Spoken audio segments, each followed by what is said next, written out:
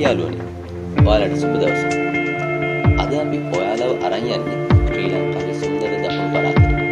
ඒ රත්නපුර සමුද්‍රාග දිස්ත්‍රික්ක මායිමේ පිහිටලා තියෙන උඩවලව ජලාශය බලන්න අපි මේ සූදානම් වෙන්නේ.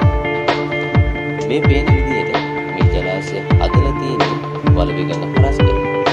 ඇත්තටම මේ හදන්න ප්‍රධාන හේතුව උනේ අවට ගොවිතැන් කරන ගොවි මහතුරුන්ට වතුර ටික පහසුවෙන් ලබා දෙන්න.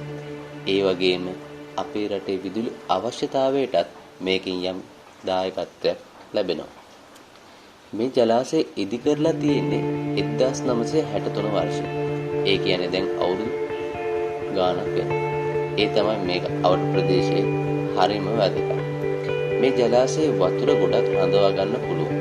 ඒ නිසා දීර්ඝ කාලයකටත් අවට ගොවිතැන් කටයුතු කරගෙන යන්න මේක ලොකු සහායක් වෙනවා. ඒ විතරක් නෙමෙයි. මේ ජලාශයේ තියෙන්නේ උඩවලව ජාතික වනෝද්‍යානයට යාපිට. ඒ නිසා මේ අවට පරිසරය හරිම සුවිශේෂී. අපිට මෙතන විවිධ වර්ගයේ සත්තු, කුරුල්ලු, ඒ වගේම ලස්සන මත්ස්‍ය විශේෂ පවා දකින්න පුළුවන්. විශේෂයෙන් අලියතුන් නම් මේ පැත්තෙන් නිතර ගැවිසෙනවා. ඉතින් උඩවලව ජලාශය කියන්නේ අපේ රටේ කුෂ්කර්මාන්තයේ වගේම විදුලි බල නිෂ්පාදනයට උදව් වෙන, ඒ වගේම වනජීවීන් පිළිච්ච ලස්සන පරිසරයක් තියෙන වැදගත් ස්ථානයක්.